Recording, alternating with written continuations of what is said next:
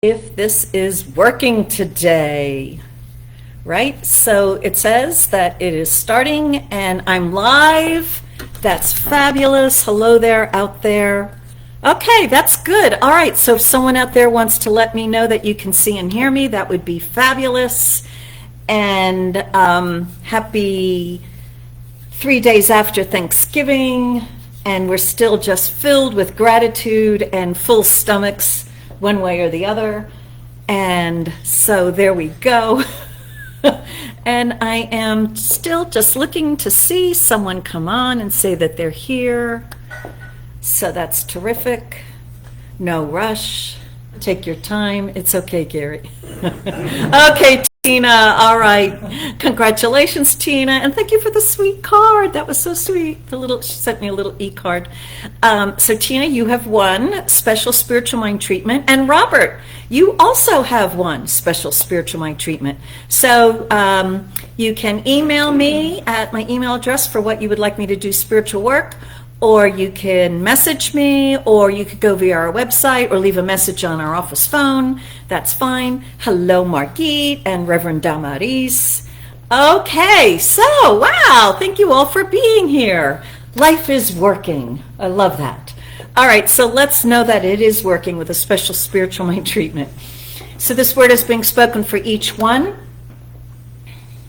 Include anyone you would like, any place on or situation on the planet, because that one infinite mind can handle it all.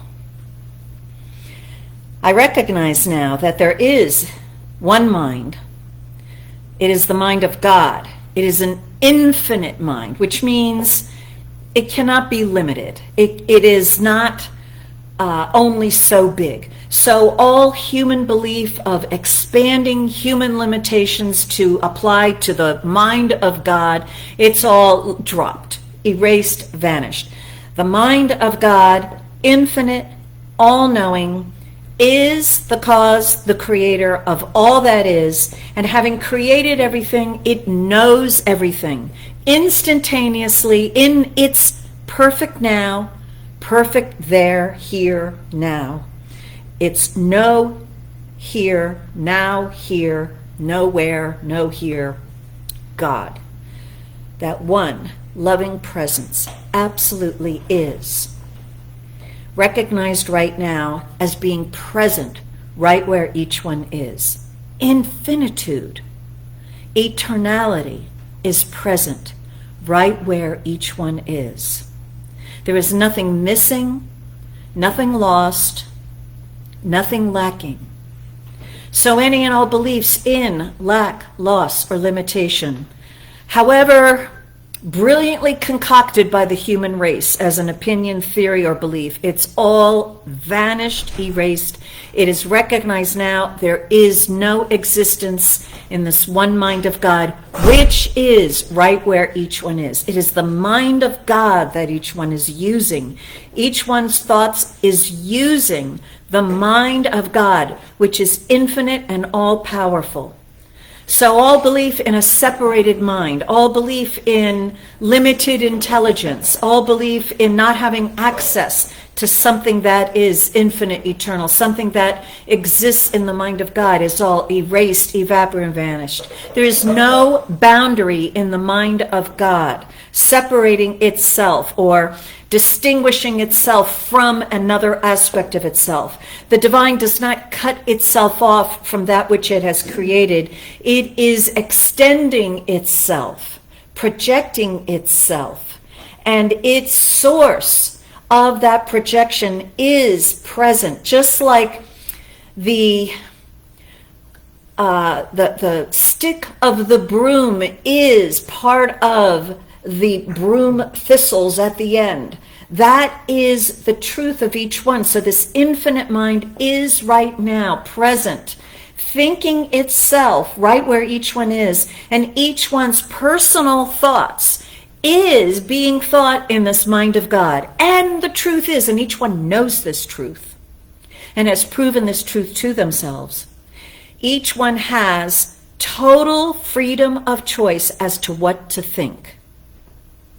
There is no imprisonment of thought. There is no denial of what can be thought. There is no limitation to what can be thought. This mind that each one is using is infinite, and all of its ideas are available to each one. There is not a thought that belongs to only one person. So all beliefs in ownership of an idea, of a thought, or of a piece of God is all erased, evaporated, and vanished. Each one is an owner of the all. The all. The infinite loving presence. All of it is present right where each one is, and each one has the all of it available, and each one is able to claim all that he or she can conceive. And any belief that in claiming more and more of God, somehow someone is limiting or restricting or taking away or competing with someone else's expanded sense of good, or taking someone's good away from them, is erased, evaporated, and vanished. Each one's good is the good that he or she can claim by conscious thought, by subjective acceptance. Each one's good is created into form by the very act of each one claiming. So the good that one does not claim does not exist in form. And each one must claim that good, him or herself. No one can claim that good for another except for children and animals. And so each one is claiming the good for themselves, for their children, and for their animals. But that is it. One cannot claim good on someone else's behalf unless they request it through practitioner work. Right? Right. But even that is a claiming of the good, requiring that practitioner to know the truth, because one desires to know that good, that truth knowing demonstrates. So, each one claims their good. Loudly, clearly, proudly, unashamedly claims the all good. Each one is claiming, my good is my God. Each one is claiming, my good is all good, not mixed with evil or lack or limitation of any kind. Each one is claiming the all good, all love, all life, all intelligence, all genius, all creativeness, all truth, all beauty, all harmony and peace, all divine order, all wisdom, all guidance, all that the heavens can allow.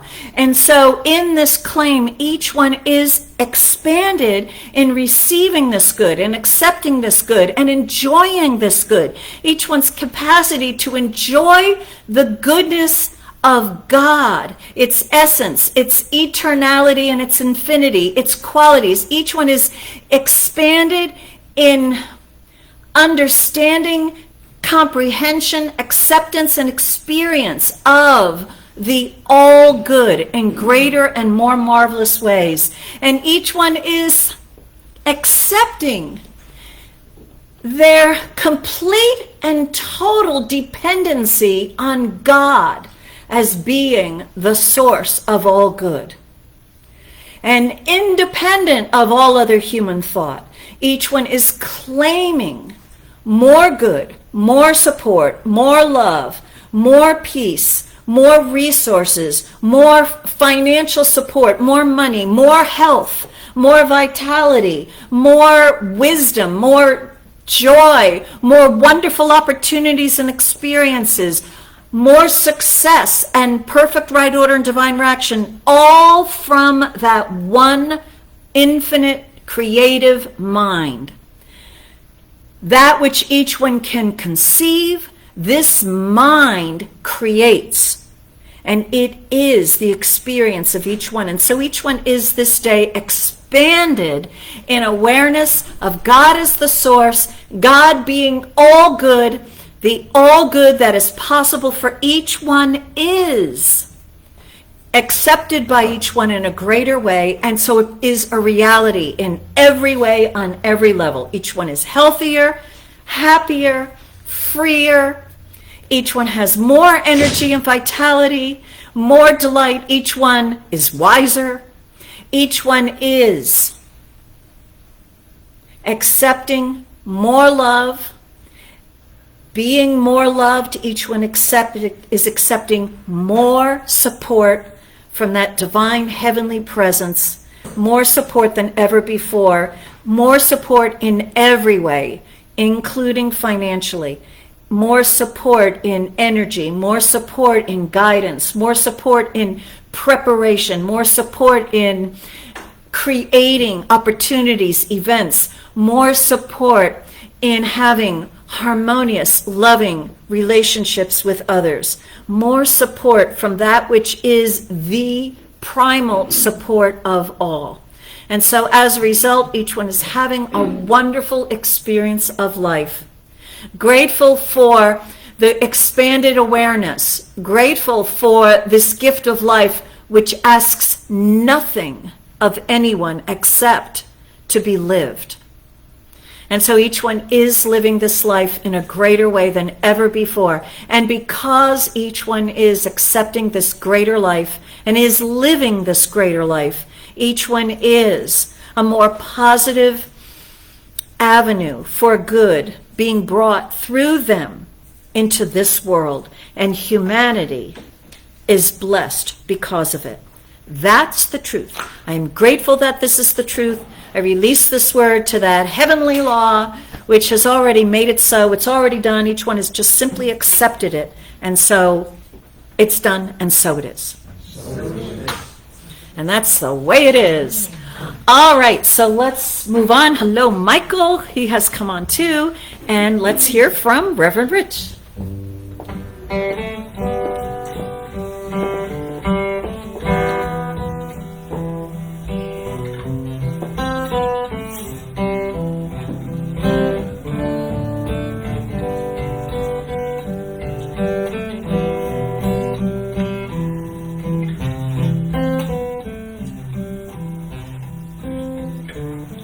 I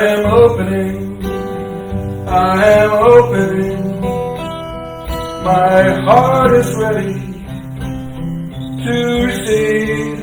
I am opening, my heart is ready to receive. I am opening,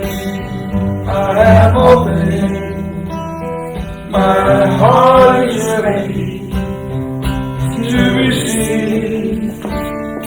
And so let's take a moment right now, and with full conscious awareness of your higher self within your heart, get really clear about what's in your heart. You didn't put it there. God put it there. So what is there? What is it that you desire this day? Don't censor it, just allow it. And then allow for the possibility of that which is in your heart being fulfilled because of this meeting this morning, by the truth that is revealed in this meeting right now. Let's just leave it there, and let's see what the law shall accomplish. And so it is. I am opening, my heart is ready to receive. I am opening, my heart is ready to receive. Good morning. Good morning. My name is Susan Niedt. I'm a practitioner here at the center, and welcome. We are a loving, healing, inclusive community that teaches and practices the principles of the science of mind for the spiritual growth and well-being of ourselves and the world. And just listening to Reverend Karen's treatment this morning, I feel a lot of good. I don't know, I hope you do too. So I have a few announcements, which is also going to segue into a little bit of a thought process. But on December 11th, we have a special service. It is our 4th annual Giving Tree event. And that day there will be some teaching about the law of circulation, and there will be food, and there will be an opportunity to receive open-heartedly, which is part of the law of circulation. Because sometimes we think in terms of the law of circulation of giving, and it is a flow of giving and receiving. And there will also be an opportunity to give love, to give joy, to provide conversation and communion. So it is a wonderful opportunity. Speaking of the law of circulation, you know, it's much like a pond. If you think of a lovely pond, a nice clear pond, everything is in perfect flow. If there's a dam or something dams up the flow into the pond, it gets stagnant. And there's resistance, speaking of resistance. And it gets, well, there's all kinds of things that happen. It gets green and ugly, and life can't live in there. There's not enough oxygen for the fish.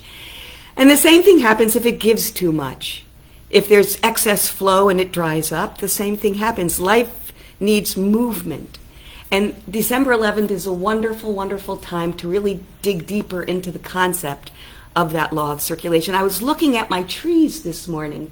I took the dog out, and I like to walk barefoot in the muck. Don't ask why. I just do. And so I was out there, and there was a lot of leaves on the ground, and I just stared at the tree. And I just embraced the notion of tree. And I got to just sit there and imagine the roots in the ground. And you know, you think of roots and you think of the ground. Well, there's another wonderful flow of life, because the soil gives nourishment, the roots bring the nourishment up to the tree, the trunk conducts the nourishment up to the leaves, and then the leaves fall. And I just had so much fun looking at that, just watching this cycle of giving and receiving, because the leaves fall. And you know, we tend to want to rake them up. And it's a little fun thing that Richard and I go through, because I tell him, leave the leaves. And he's like, they don't look good. And I'm like, leave the leaves. Because the leaves also provide shelter for tiny animals, and then they compost, and they provide nutrients for the soil, which then gives back to the roots, to the tree. And isn't that just beautiful? I don't know. I find the law of circulation just, it's like gravity, you know, it just is. And we fight it sometimes. But so anyway, that's a big commercial, isn't it? For December 11th. But I am just awestruck by it, so I get all excited. Speaking of the law of circulation, I thank you always for your loving contributions to the Center for Spiritual Living Princeton, because it is through those contributions that we can continue to provide service for you and therefore the world. In Reverend Karen's treatment, she mentioned that, you know, we get it. It flows through us, and like the law of circulation, it flows back out into the world. I feel like dancing right now. We were talking about that. Thank you, Jeff. And speaking of contributing, and I often forget about it because it's default. It's set at default on my computer.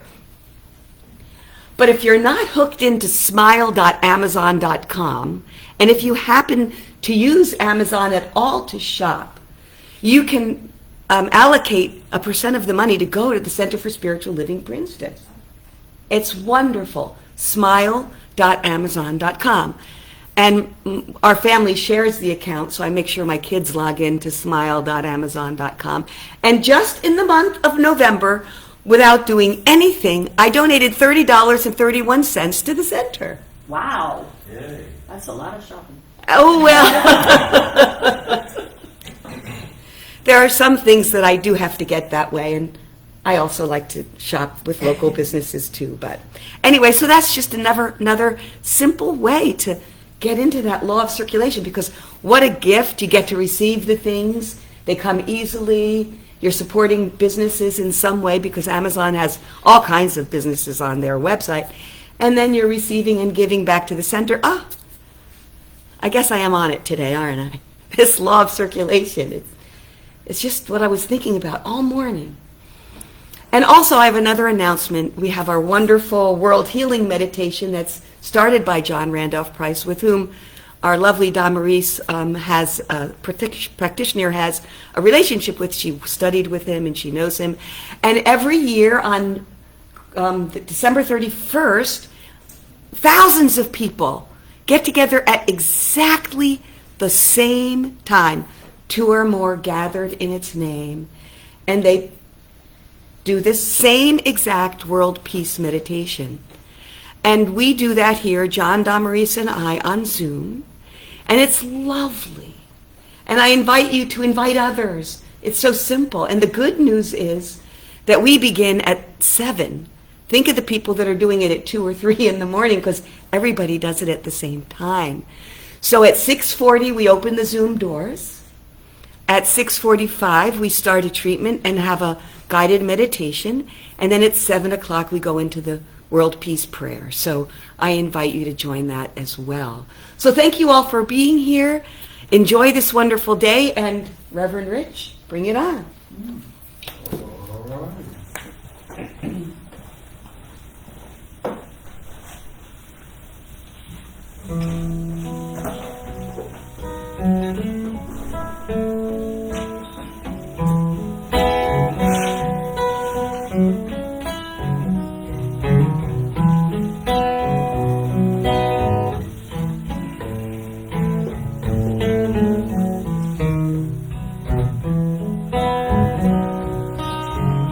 I surrender. I trust and I know that as I surrender, I fall into the arms of love. I surrender. I trust and I know that as I surrender, I fall into the arms of love. I surrender. I trust and I know that as I surrender, I fall into the arms of love.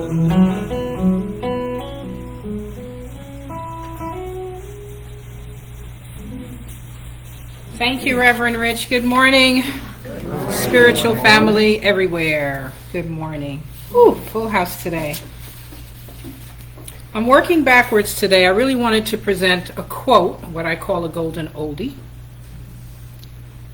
but I didn't have enough material, so I'm working backwards. And I was reading Dr. Grayson's 10 Commandments of Prosperity. And I went all the way to the back of the book where he has some Q&As. And someone asked him, how can I overcome fatigue and lack of enthusiasm? And he responded, generally, inner resistance causes fatigue and lethargy. Resistance is one of my favorite topics. So unless you are suffering from a disease or physical disability, you have to dissolve the resistance. What is it that you don't want to face every morning? What do you dread about tomorrow or the day after? Why do you get up so tired?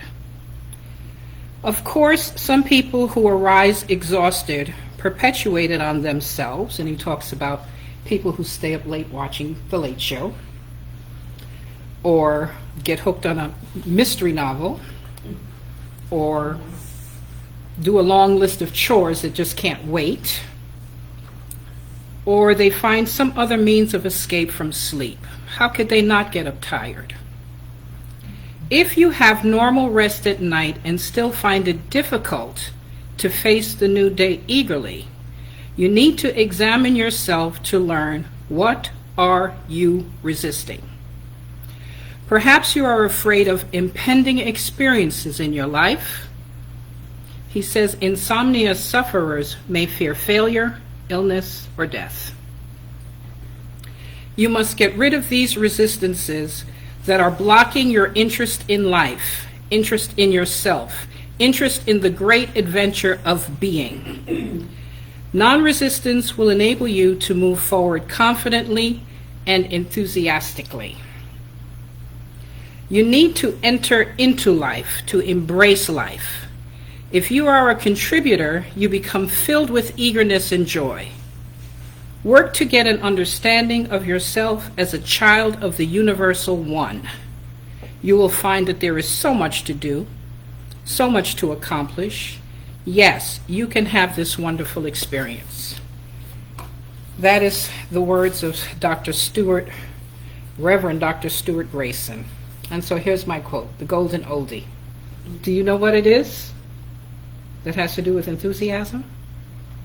Trower? Okay, here it is. I fairly sizzle with zeal and enthusiasm and spring forth with a mighty faith to do the things that ought to be done by me today. I'm going to say it again. I fairly sizzle with zeal and enthusiasm and spring forth with a mighty faith to do the things that ought to be done by me today. And this is a quote of the co-founder of Unity, Charles Fillmore. And he wrote this quote at the age of 93. So if he can do it, we can do it. And he goes on to say, zeal is a word that we don't really use a lot, but it's one of the 10 or 12 qualities of unity in the Unity teachings. So he says that zeal is the great universal force that impels man to spring forward in a field of endeavor and accomplish the seemingly miraculous.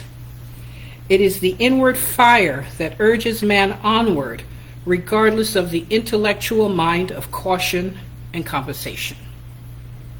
So let's try to weave all of this together into a spiritual mind treatment for you all. This I know to be true. There is one life, that life is God, that life is perfect, that life is the life of each one here, each one listening. There is one divine flow. There is one divine energy. There is one infinite love. There is one divine enthusiasm for life. It is God. It is all God. It is from the all good of God. And God is operating in, through, as, and around each one, and therefore is outpicturing in each one's life as divine energy, a harmonious flow, divine enthusiasm. And this is outpicturing in a way that is comfortable, organic, natural. It is moving from within each one and outpicturing always in ways of good. This word is the law of elimination to any and all resistance of one's perfect good. I know that the infinite spirit is operating in each one. It is the mind of God. Each one is thinking with the mind of God, and there is an awareness moving through each one that is shining the divine light on areas of resistance. This divine light is allowing the flow of life to move through each one, to define, to reorder, to reorganize, to dissolve, to resolve all resistance that is impeding the individual good of each one. And so I know that each one is feeling a divine sizzle with zeal and enthusiasm to do what is theirs to do this day. This is moving through each one, creating joy, fun, happiness, and a life that each one loves completely. I'm so grateful to know this truth. I release it into God's loving law. It is done, and so it is.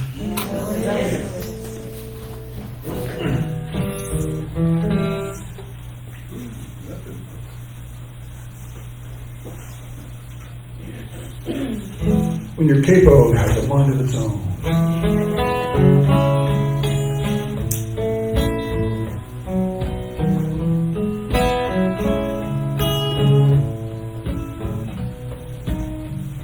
Blessed always, for the arms of God surround us. Let our joy be so triumphant that we rest in God and say Amen. Blessed always, for the arms of God surround us. Let our joy be so triumphant that we rest in God and say Amen. Blessed always, for the arms of God surround us. Let our joy be so triumphant that we rest in God and say Amen. Let our joy be so triumphant that we rest in God and say Amen.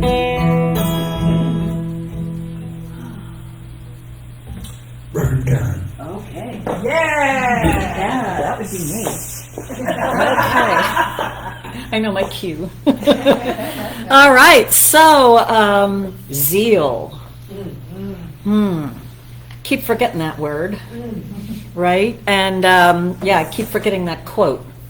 So as I thought about expressing more zeal in me, immediately I had this impression of, no, that's too much. Calm down. You're acting like a child. And I feel that those sounds, those voices were coming from fear in the other people of what I might do. And so zeal is very important because we're working with the Worthy Project, and I said it was a 6-week series, and it's now 7 because this particular chapter I thought needed much more attention. We're dealing with the chapter called Chasing and Avoiding. And but before we get into it, what we need to understand is zeal is natural. It is a natural experience when we are expressing our true selves. Uncensored, unmonitored,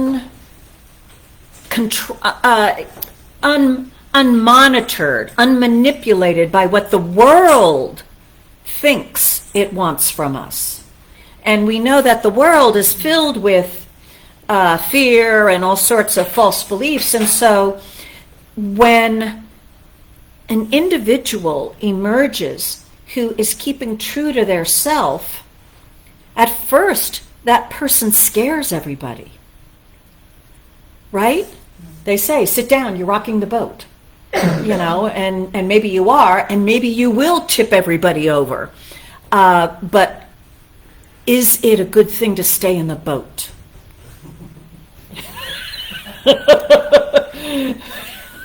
Having reconnected with rowing this past summer, I watched a boat with 5 people flip over.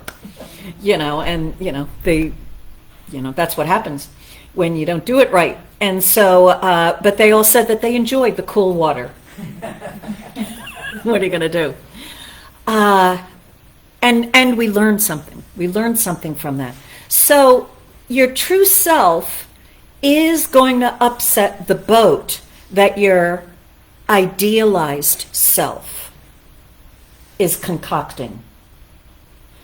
Your idealized self is the person that you think you should be. It is the person that the world has presented for you as an option. And so what Meadow DeVor has told us is whenever we compare ourselves to our idealized self, like I should do this, or oh darn, I ought to be better at that, or I wish I could, da, da, da, da, all those kinds of thoughts, we always will feel more worth less. So if you're feeling about yourself, your idealized self has been shining brightly in your thinking. And whenever we honor our true self, we always feel more worthwhile, more worthy. And so that's the criteria, and each one of us is the one who measures this, because only you can feel whether you're being true to your true self or not.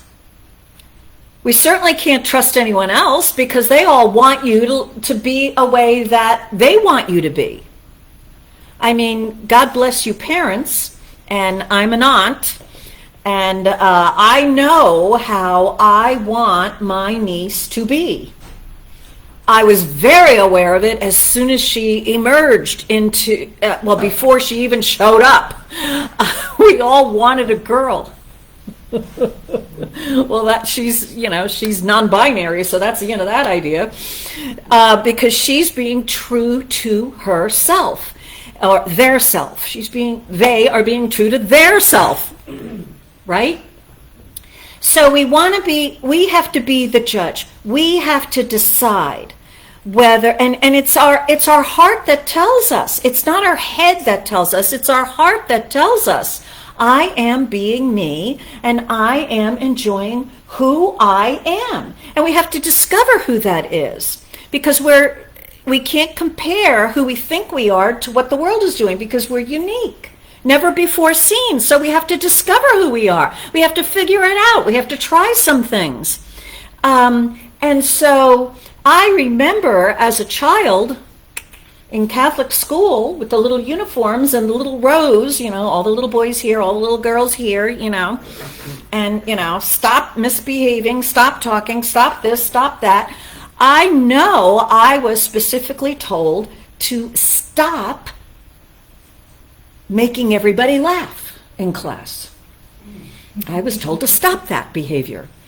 So I did. And I remember my mother sitting me down and saying, "Oh, Karen, you don't want to be known as a card." You have to be a little old to know what that is, but a card is what is that? Somebody who makes everybody laugh. It's like, a funny person, but that was too close to being, a loose woman, back in those days. So, hey, so the thing is, when I think of zeal, I still feel like, oh, you're acting childless. Oh, what are they thinking of you?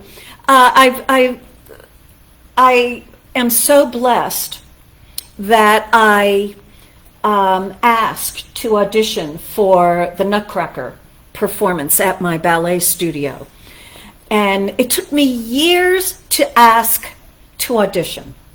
I always wanted to do it, but I just didn't ask. And so I asked the director if I could audition, and she said, "Oh, you're interested?" And I'm like, "Yes, I am."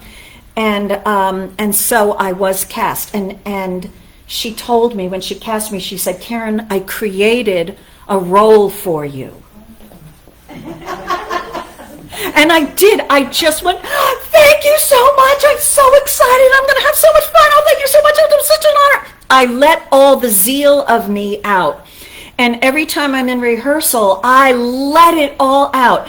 And upon reflection, I think, "Oh, Karen, is it too much? Should you do it? Whatever. Oh, shut up. Shut up, idealized self. You're no fun.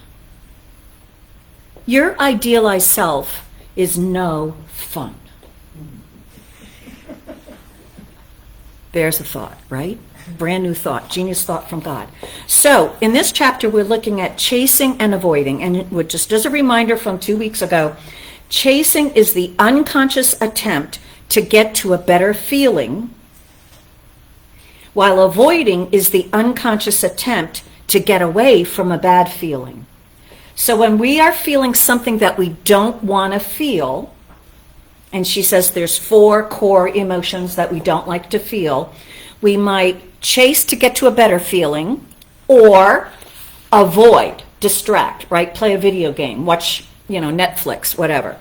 But what she says is, although emotional pain is uncomfortable, it arises for an important reason and offers you crucial feedback about your life. If you avoid that uncomfortable emotion, you miss valuable guidance from your true self. So these 4 emotions that we're going to explore a little bit more today are there for a purpose. It's your true self telling you, giving you some guidance as to a certain way you are denying who you are. And so you want to pay attention to it so you can stop doing it, because, right, when you're having a negative emotion, you're not having fun. And your true self is fun for you to be. And so you want to get at that negative emotion, not to stay and wallow in the negative emotion, but to really get at that negative emotion to find out, where did I go astray? Where am I chasing and avoiding? Where am I missing the mark? Where am I not being my true self? And when you get that information, then it's your choice to set yourself free from that belief that's causing that emotion, or to carry on with it for a while longer. One of my choices. Right? Let's be real, right? So these 4 emotions that she breaks down: fear, shame, guilt, anger, and sadness. All right, so I'm going to start with anger, because I can relate. Okay. So she tells us about anger, the value of feeling anger. She says, out of the 4 emotions, I think anger is the most critical when it comes to cultivating worthiness, because anger is the signal of unfairness and a boundary violation.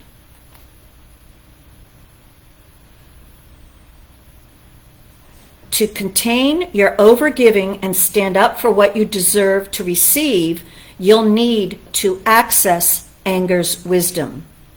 When anger is repressed or denied, your boundaries deteriorate, which eventually leads to a complete and utter loss of self.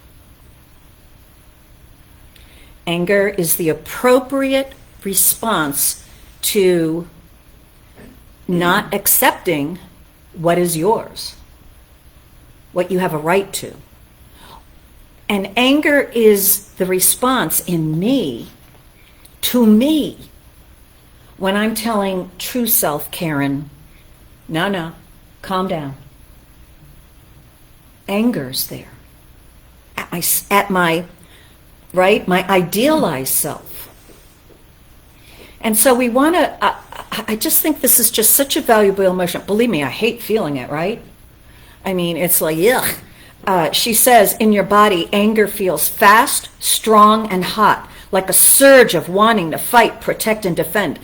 Anger is scary, isn't it? We see people's behavior in the world when that anger, which has been suppressed for so long, finally lets loose. I mean, it's overreacted. And so, let me go, cause mayhem out there. Personally, my favorite insurance mascot is Mayhem. I think he's hysterical. But apparently he's not the most popular. Gecko is, which I can't stand. Gecko. But anyway, to each his own. So to deny your true self, its free and easy expression, to try to control what good you receive for various what you believe to be altruistic reasons, right? For the harmony of the family, right? Some of us, right, spent time with biological families this past week, and perhaps some anger was felt. I don't know, and to get in touch with that anger and realize, as a child, and you may still be continuing, to somehow alter who you are being, who you are expressing when you're around the family, because they're used to you being a certain way. And when you change and become more of your true self, you scare them. And so they gotta, get you back. You're not, get back to the way that you were, the way that we know, the way that we can predict, the way that you're safe to us, the way that you're not going to upset us, the way that you're not going to be a model of what I myself am not doing, honoring my own true self, right? When you're sitting with your family who hasn't changed in decades, with the same stories and the same da-da-da-da-da-da. I mean, the world has, fantasized and idealized Thanksgiving and holidays and whatever. Total fantasy. Has anyone had that experience anywhere, ever? I mean, I heard one of the Christmas songs about, I want to see Christmas through your eyes, the eyes of a child. And I'm thinking about my childhood, and I'm like, you don't want to see that. It was a disaster. And who had this? It's an idealized fantasy. The thing is, and it's not worth it, because who you truly are is so much better.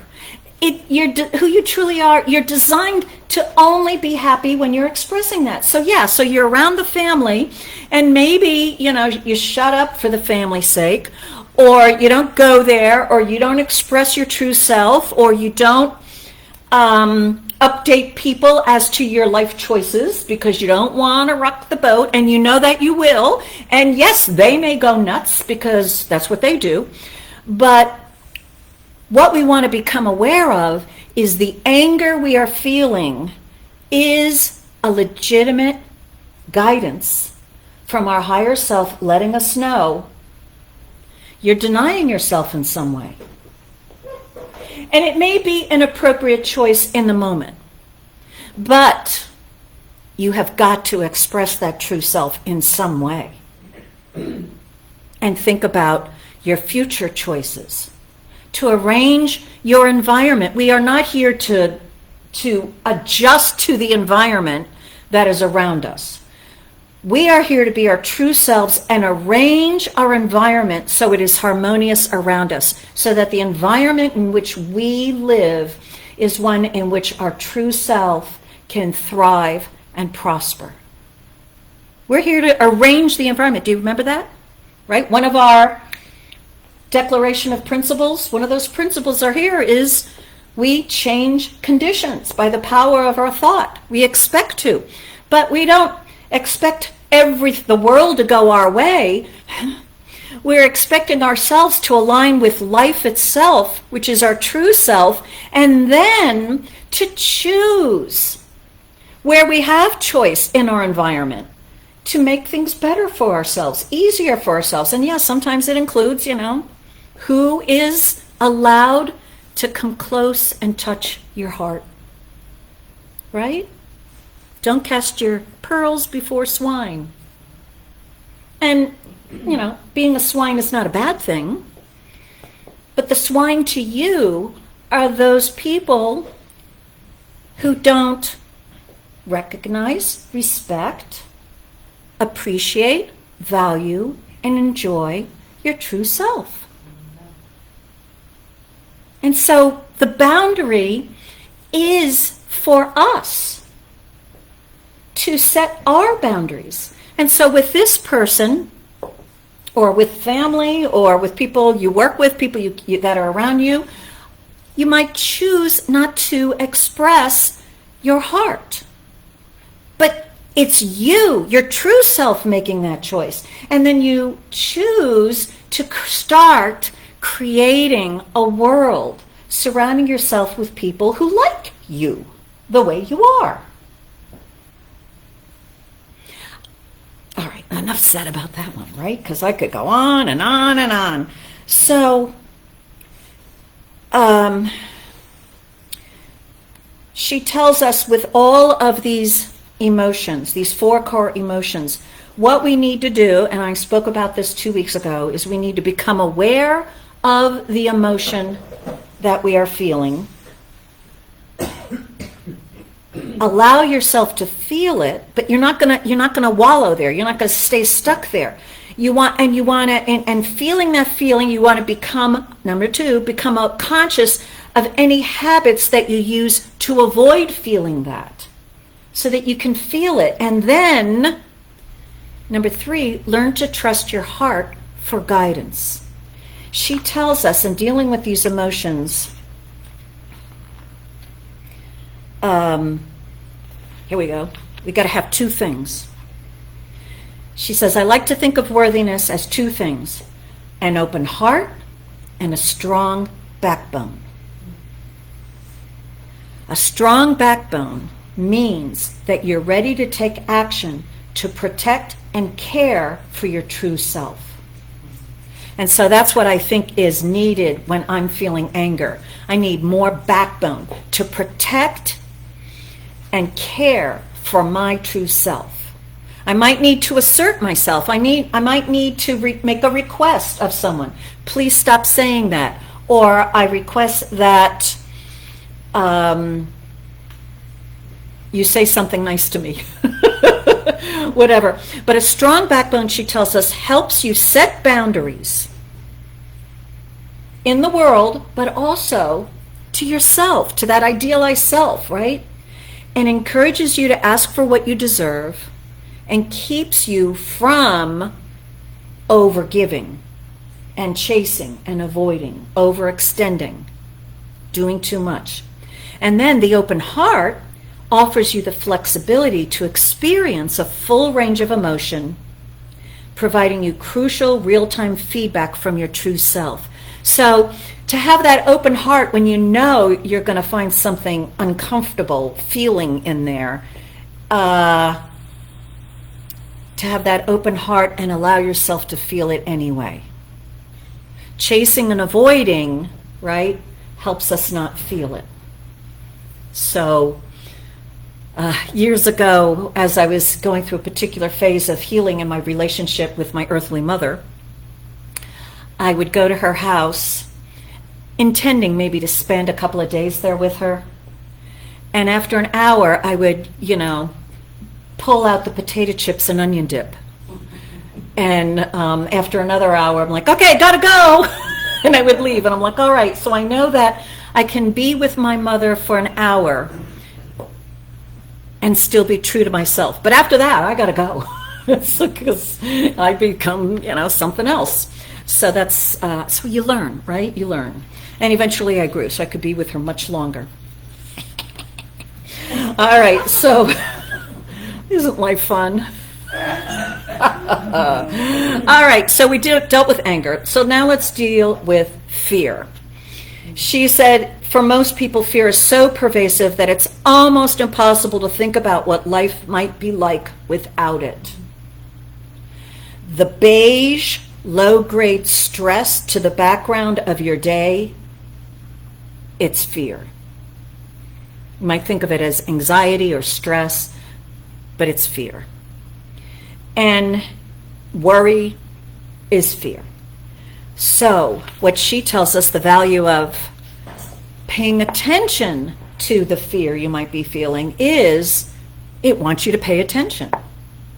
It wants you to be on the alert, that there is something that does threaten your sense of true self, and you want to be on the alert You want to be prepared. You might want to take action. You might want to make some choices. It wants to prevent you from anything that threatens your well-being, your true self. And it is an appropriate response to anything that threatens who we are. And so she says, in your body, right, fear feels fast, anxious, nervous, worried. It's a hum, a vibration. And what she tells us is, when you don't honor your fear, you'll easily and often, unconsciously, deplete your resources through overspending, overgiving, right, and under-earning. And so we want to pay attention to the fear because, it's a scary thing to feel. And frequently for me, like when I worry about my future, right? I worry about my future. Well, what can I do about it? So I'm going to pay attention to it. Well, what can I do about it? It seems enormous because the future's not here. So what do I do? But then if I listen to my higher self, it might give me some guidance as to what to pay attention. So I noticed this particular year, finally, I just was having this bizarre experience with my cash flow, my use of money.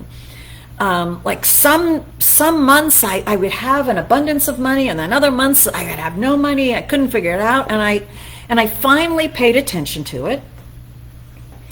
And the divine wisdom within, the true self Karen, said, make a Excel spreadsheet. So I did. I had that as a background. And I plotted my monthly expenses, what I thought they were going to be each month. And I said, oh, duh. Some of my expenses are quarterly. Some of my expenses are once or twice a year. And what I've been doing is not planning for them. So it's like a big surprise. The insurance bill is due. It's like, oh my God, car insurance. Oh, where did that come from? And, you pay it every, but the way I receive it, it's like twice a year. And I thought, well, Karen, we can plan for it in advance. And then it was like, who wants to have a budget? With that, shut up. Shut up already, because this fear I am feeling is unnecessary, maybe, if I start paying attention to this worry and do what I'm being guided to do. So I spread up the spreadsheet. Now the thing is, this is weird, but as soon as I set up the spreadsheet and I laid it all out, and I've got it, it's from March 2022 on. There's the estimate, and then there's the actuals when each month happens. I have more money. Nothing surprises me. The car insurance came in this month. And I'm like, should I pay the whole thing? I think I will, because I have the money. Where did I get the money from? The thing is, I didn't really, as far as I'm consciously aware of, change my spending behavior. I think I just became aware. And then, as you know, through the summer, we all focused on prosperous being, increasing that receipt of our good, $500 of income increase each month. And so things worked out, but I began experiencing more freedom in my use of money the month I made up the spreadsheet. So see, awareness of what we fear is the first step of being guided to a way to be free of it. And so fear is calling us to pay attention. There we go. So we got two of them down. Next one, shame, guilt. She lumps them together. We know Brene Brown gives us the wisdom that guilt is over something that you do or didn't do. It's a behavior, whereas shame is a belief that you are just bad, right? And she agrees with those definitions. But she points out People often misunderstand shame guilt, thinking that this is the feeling of worthlessness. And she's not. She says that there's value to it. Shame and guilt evolve to help forge social bonds. And when you repress it, you fail to get the important message, right? Which it wants us to repair a connection, a lost connection. It wants us to connect. Now, what we tend to do, right, when we feel shame and guilt is disconnect, right? If I feel really bad, I want to hide. I want to stay away from that person that maybe I feel guilty around, or if I feel shame, I want to stay away from all people, right? But it's actually a desire to connect. And so the feelings of shame and guilt want us to reach out, connect, and repair our social bonds. Who knew that? And you know what's so interesting as we look at Brené Brown, and I've listened to a lot of her TED Talks and read her books, obviously, but she has the story of one of the first times that she spoke in front of a group of people. It was a group of business people, and she said, I can't talk about shame and guilt to this business group of people. They're going to laugh me off the stage, and it's not what they're prepared for. It's not, they can't, this is a business conference. They didn't come here to deal with their shame and guilt, and maybe they didn't feel any,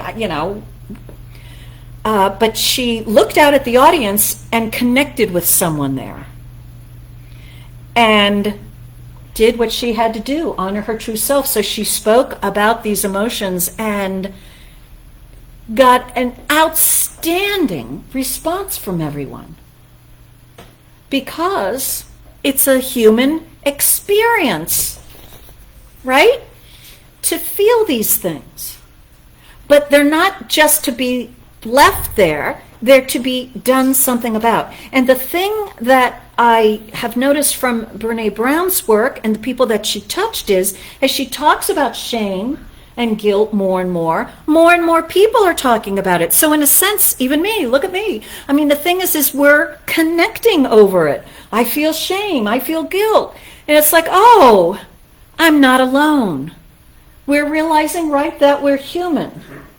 Divine beings with an oops and an uh-oh here and there, right? And we make mistakes.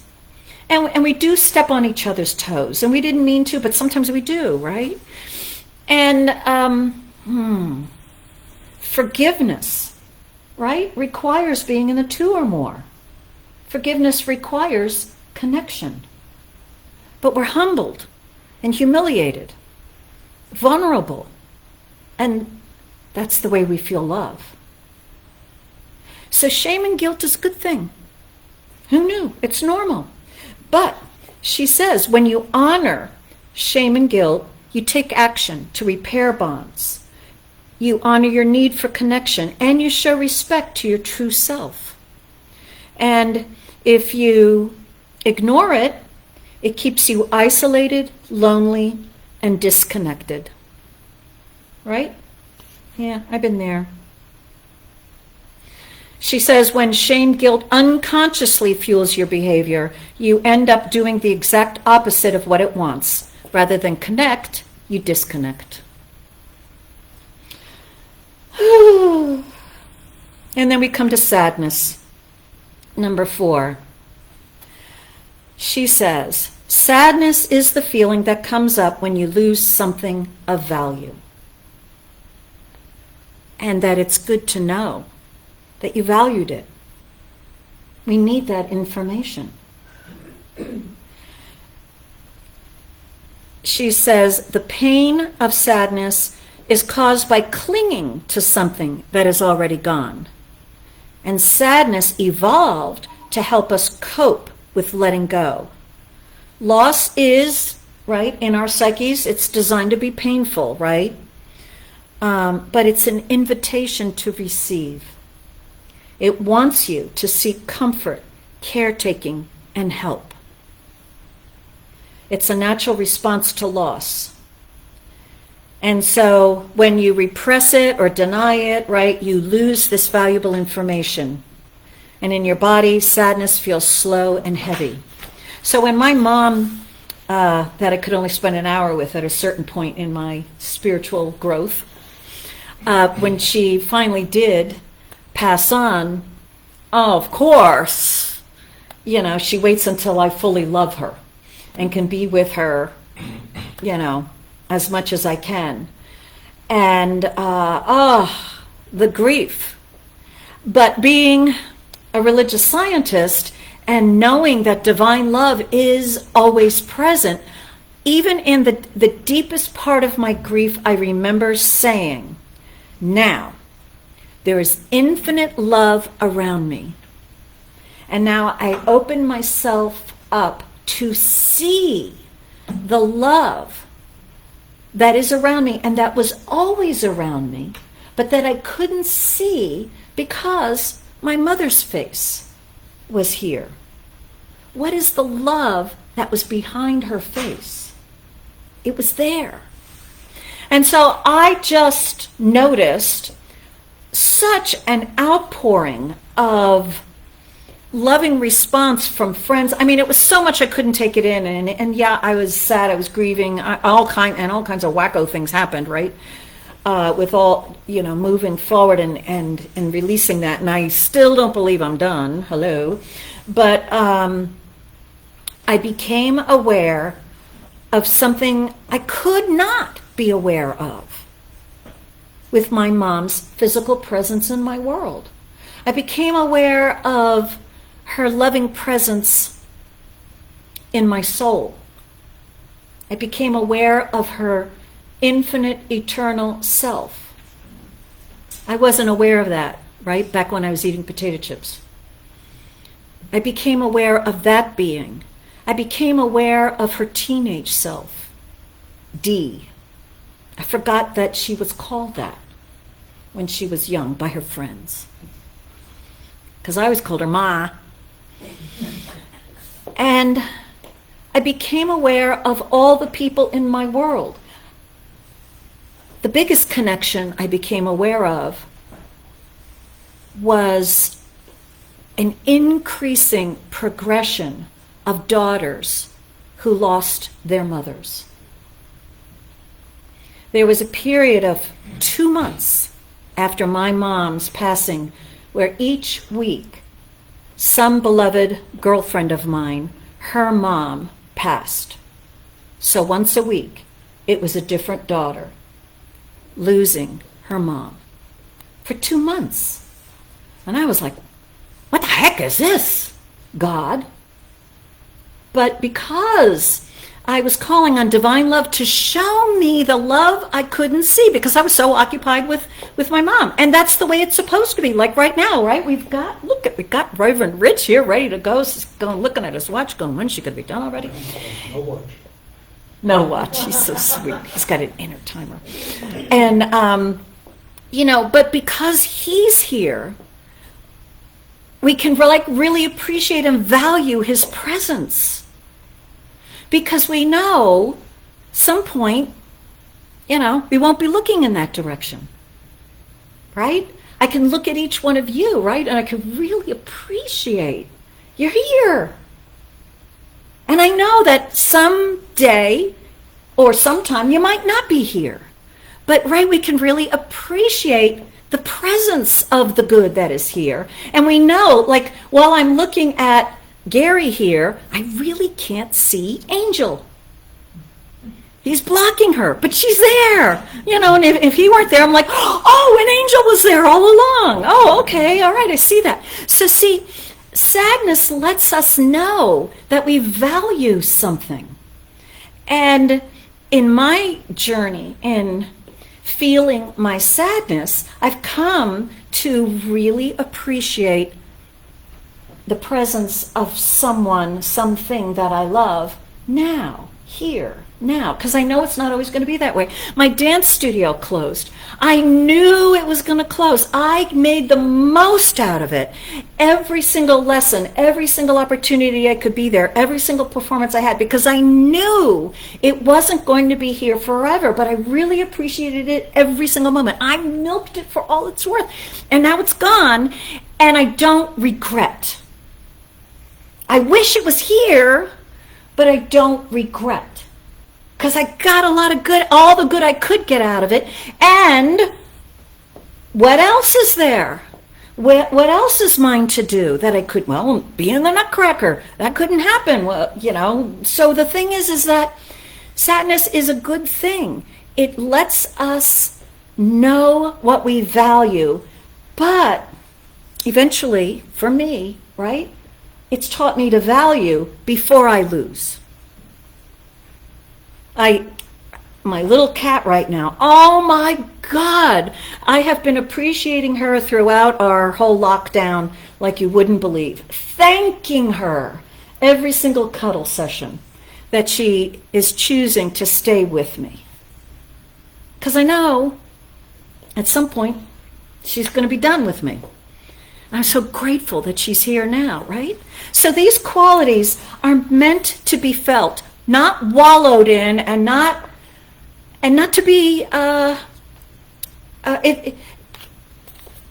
false belief that in order to be a good religious scientist, you got to come in here smiling and happy, right? Hopefully, I've killed that one. Right? What we want, what we teach, is that you come showing up being you. And yes, you might have one of these uncomfortable emotions, but that's not who you are. That's just guidance. And you're not meant to stay with it. You're meant to learn from that guidance, and then as a result, right, become more of an expresser of your true self. And that's what they do. And it's great. So, all right, I'm done with this topic. Next week we have our last lesson in the Worthy Project. Homework for this week. Ugh. All right, so homework, I know. Your homework is request spiritual mind treatment from one of our practitioners to receive the wisdom behind one of your uncomfortable emotions. And so you could go to our website where we have a little button called Prayer Request. Click on that, write in your request, boom, you're done.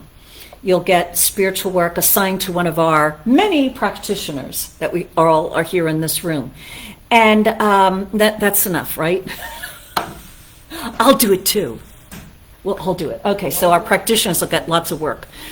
All right, so having said that, let's move forward in relaxation. And Reverend Rich, see what you can do in leading us forward with this.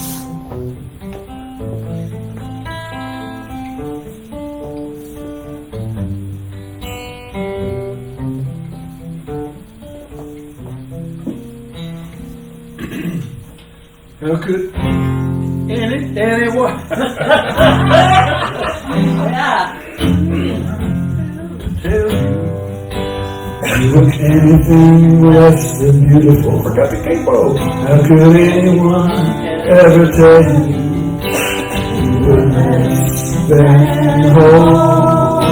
How could anyone fail to notice that your love is a miracle? You're connected to my soul. How could anyone ever tell you were anything less than beautiful? How could anyone ever tell you were less than whole? How could anyone fail to notice that your loving is a miracle? You're connected to my soul.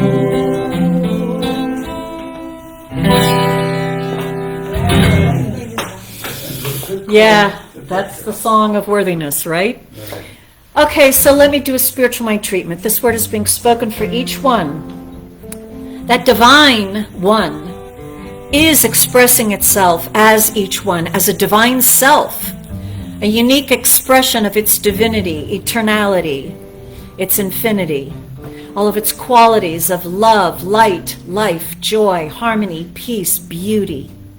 All are present right where each one is, and each one has been created to uniquely express them. And in that unique expression of that true self that each one is, there is all these qualities enjoyed. And so each one is well aware of that true self and grateful for its guidance. That guidance is loud and clear, and each one hears it and pays attention and listens to its guidance in how to be able to express even more joyously and freely the true self that he or she is. Each one is loving their lives completely in a larger, greater, happier, freer, healthier, wealthier way than ever before. I am glad that this is so. Releasing this word to the law, boom, boom, it's done, and so it is. That's the way it is.